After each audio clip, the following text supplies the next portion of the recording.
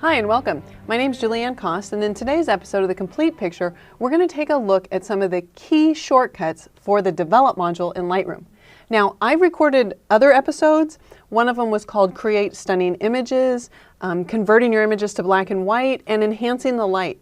And all three of those videos really teach you how to use the sliders in the Develop module. That's not what this episode's all about. This episode is all about how to become more productive with the interface. So these are great shortcuts and tips. So let's start by going to the Develop module. I'm going to tap the D key. D key will always take you to the Develop module. And the first thing I want to start with is just right-clicking in this gray area behind your image, or control-clicking if you have a one-button mouse. You'll notice that when you click in that gray area, you can now choose from all of these different background colors. Now, I would suggest that you set this to light gray because that's going to help avoid an underexposure when you're adjusting. You have all this other interface behind you. But if you knew, for example, that you were going to print these and overmat them with a white mat, you might want to take a look at what this would look like. Similarly, you might want to see what they look like against black. So again, it's up to you with your preference, but if you are doing color critical work, I would go ahead and set this to light gray. Gives a nice gray background with no color in it, and also will help with getting a correct exposure. Okay, next let's scoot over here to our panels. Now, this shortcut works in all of the different modules. Basically, it's the ability to go back and forth between the regular view of all of your panels and how they work and solo mode. So there's two ways to get to solo mode. You can either hold down the control key or right mouse click on any of the panel headers. You'll notice right down here, here's solo mode. You'll also notice that you can turn off any of the panels or hide any of the panels that you don't want to see. I'm going to leave them all showing, but go into solo mode. Now what that does is it changes the way the panels behave in that it only allows one panel to be open at a time, which is excellent if you're working on a laptop. So for example, right now I have the basic panel open, but if I wanted to open up the split toning panel, what solo mode does is it opens split toning and closes the basic panel so that you're not left scrolling and scrolling and scrolling through all those panels. Whatever panel you click on, it will close the other panel and just show you that one panel. Now, sometimes you might want two panels open. In this case, I would leave it in solo mode and hold down the Shift key and click that secondary panel. And now you can see that I've got the split toning and the effects panel open. Because I know that when you're working like on a laptop or when I'm recording these videos, I have a very limited amount of space. When I'm home on my cinema display, it really doesn't matter that much because I have all this space on both sides of my monitor. All of these panels also have keyboard shortcuts associated with them, so Command 1 through 9 in this case, or depending on which module you're in, obviously because they have differing numbers of panels, you can quickly go to that panel. So Command 1 or Control 1 on Windows would take you to Basic, 2 takes you to the tone curve, HSL, split toning, detail, lens correction, etc., etc. Again, it's just the Command key or the Control key on Windows plus the number for that panel. All right, excellent. The other way you could go to solo mode quickly is simply by holding on the Option key or the Alt key and clicking on this disclosure triangle right here. See how it looks like it's made of dots right now? That tells me that solo mode is on. If I Option or Alt click on that, it will become solid and it takes me out of solo mode. But clicking it again will turn that back on for me. Okay, how about working with sliders? So by now you've probably figured out that when you click a slider and you move to a different value, the easiest way to reset your slider is simply to double click on the slider's name. And that's great for individual sliders. But what if you come down here, say to this presence area, and you change the clarity amount and maybe you change your vibrance amount a little, and now actually you're like, I really don't like the image. I just want to reset everything within that presence area. See how it's kind of subdivided? It's kind of its own little sub panel on the basic panel. Well, if I hold down the Option or the Alt key, you'll notice that presence changes to reset presence. So all I need to do is click on that and it will reset all of those sliders at one time. So that's a great way to just simply reset a certain area. In addition, all of the panels, except for the basic panel have this little light switch that you can toggle on and off. So let's go to split toning for a minute. And let's go ahead and let's say we wanted to add maybe a red cast to our shadows and a little bit of a yellow cast here to our highlights. And now I want to see what it would look like with and without all of those changes made in that single panel. I can toggle the light switch to turn on and off just that panel. It's really nice too because I can leave this off and then keep working in other areas and then toggle it back on as I need it. All right, since we're talking about going back and forth in time, let's talk a little bit about history. Now, the easiest way to view kind of a before and after so you can see what you've been doing is to tap the Y key. And the Y key will take you to whichever of these options you last used. So either before, after, left, right split, top, bottom, or top, bottom split. But a little known keyboard shortcut, Shift Y, will take you to the other option of those two. Now, I know that didn't make sense, but let me explain. If the default was before, after, left, right, Shift Y takes you to before, after, left, right split. Or if you were in before, after, top, bottom like this, Shift Y would take you to before, after, top, bottom split like that. And the opposite works as well. So for example, if you wanted to look at this before, after, left, right split, then Shift Y would show them side by side. One of the things that I hear people talk about when they're viewing this before and after view is that the before always goes too far back in time, right? If we scroll down here, it's going to go all the way back in history to when you imported the image. But did you know that if you want to compare two different states, like for example, let's say I like this kind of fiery orange state, I can drag this over here to the before. So now I can compare the before and after that way. Or if I come up here and I want to come see this state in history, I just drag it to the before state. Now, since I've mentioned that, I know that someone's going to ask me, what about snapshots? Can I drag a snapshot to the before state? Well, you can try, but it bounces back. What you need to know is that you can right mouse click or control click on any of these snapshots and copy the snapshot setting to before. So now we can compare any state in history and any snapshot that we've taken to our current working image. Okay, what about clipping? Let me tap the Y key. We'll come back to our full screen of our image here. Clipping is important because it's going to display any pixels in your image that have been taken all the way to pure white or pure black, so there's no detail in that shadow or highlight area. Now over here in the histogram, we can position our cursor or roll over these triangles here to see if we have any clipping, and if we did, let's actually make some here by pushing our blacks over too far.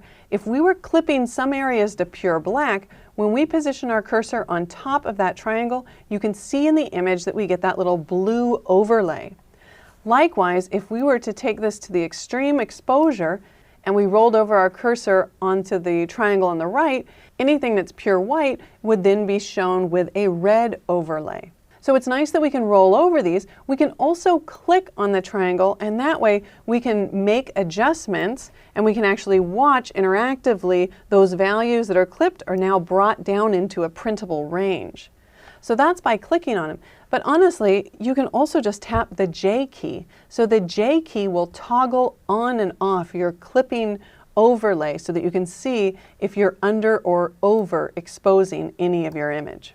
All right, another way to see if you're clipping any values, if you don't want to use that overlay, is simply holding down the Option or the Alt key as you drag your black slider. You can see as I drag my black slider over to the right, we're getting a preview of those values that are being clipped to pure black. If I were to let go of my slider in the Option, we can see, yep, those are pure black now. So I really don't want to push those values to pure black. I like detail in my shadows, so I would back off from that to about there.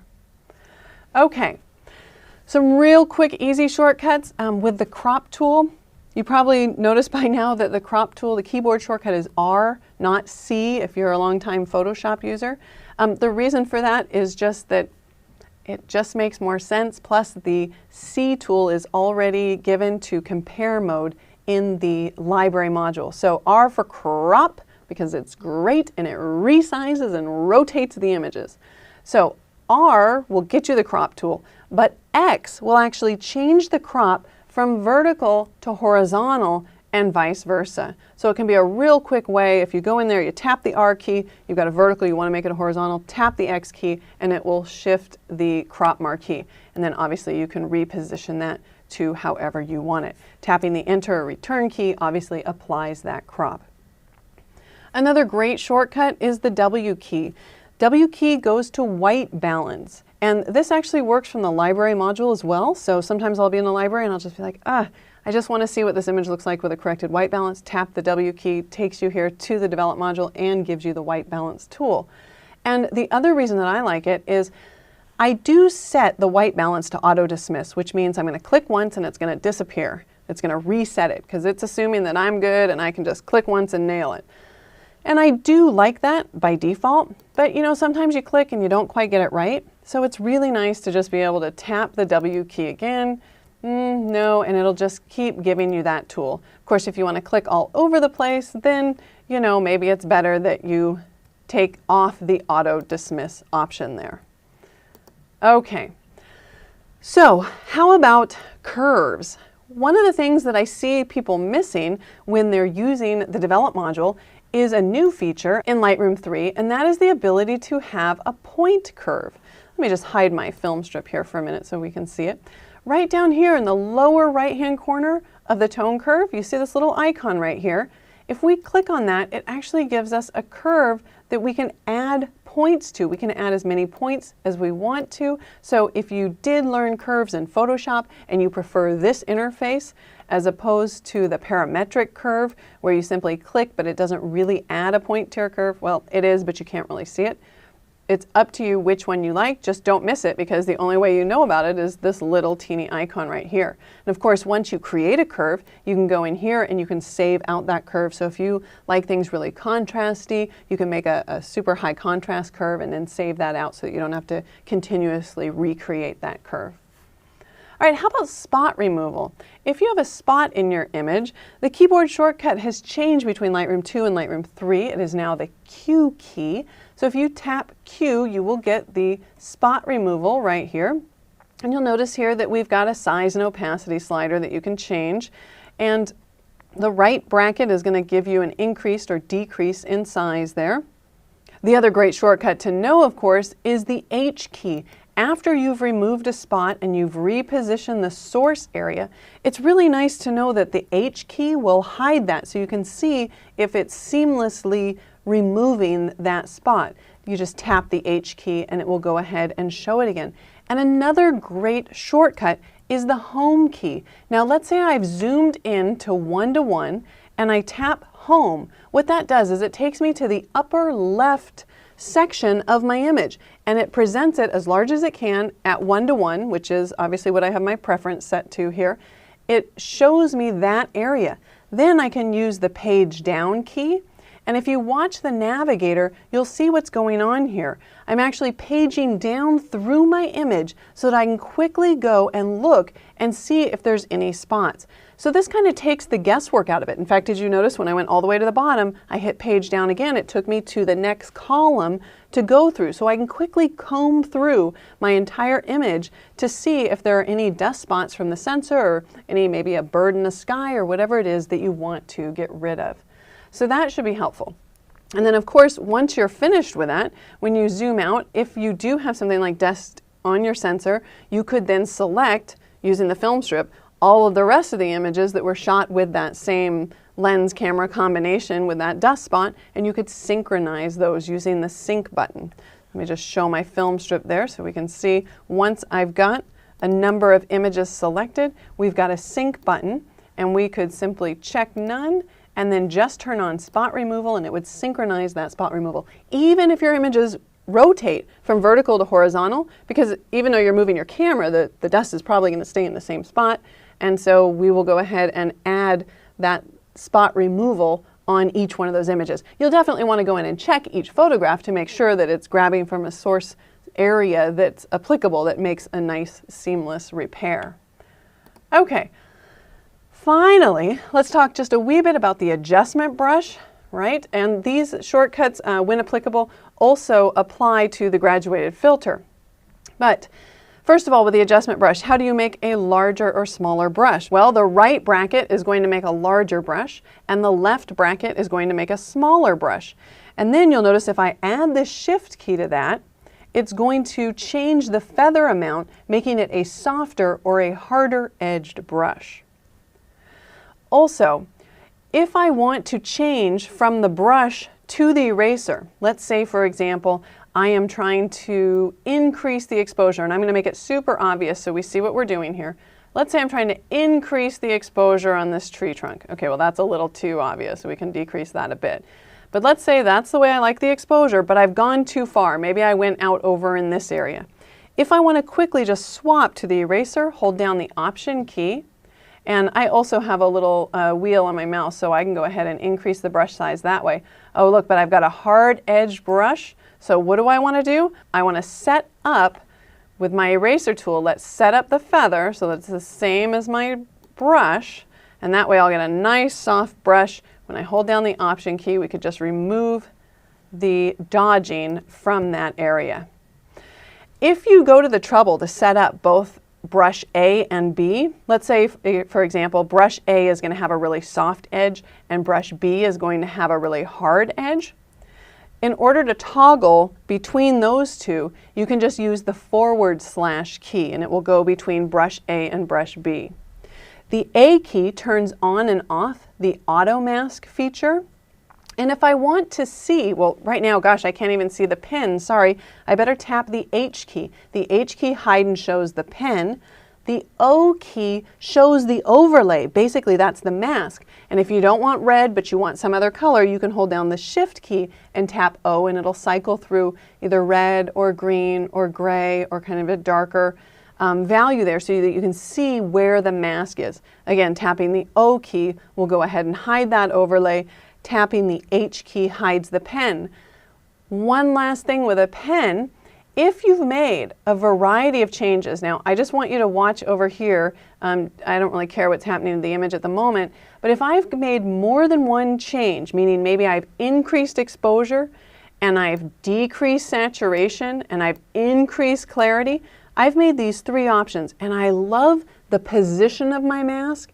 It's just that it's too much of everything, right? If it was just too much exposure, then we could just move the exposure slider.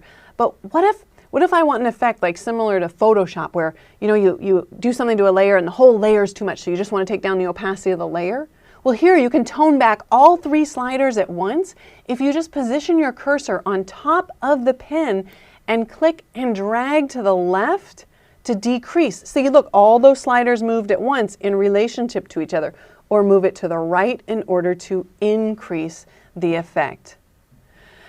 Excellent. And of course, once you have settings set for either the adjustment brush or the graduated filter, you definitely want to take advantage of the fact that you can save these settings as a new preset so that you can use them over and over again. And you know what? I know I'm out of time, but one more shortcut, and that is the ability to now turn on auto sync. If you've got 5 images and you know that what you're doing to one image you want to happen to all of them, you can turn on auto sync, select them down here in the film strip, and then watch what happens if I tap like the V key. V as in Victor.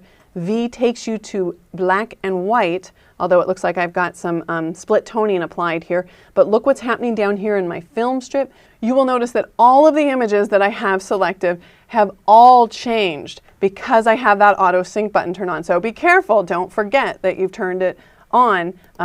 It's a little dangerous if, say, you've got your film strip hidden. Excellent. That wraps up this episode of The Complete Picture. I hope that these shortcuts will help you be more productive in the Develop module. I will just mention I do have a blog. It's blogs.adobe.com/jkost, J-K-O-S-T, and there I have posted all of these keyboard shortcuts plus many, many more. There are hundreds of shortcuts for Photoshop, so please take advantage of that as well. Very easy to use that little box in the upper right to hit search and find exactly what you're looking for. My name's Julieanne Kost. Thanks again for joining me. I hope to see you again on the next episode of The Complete Picture.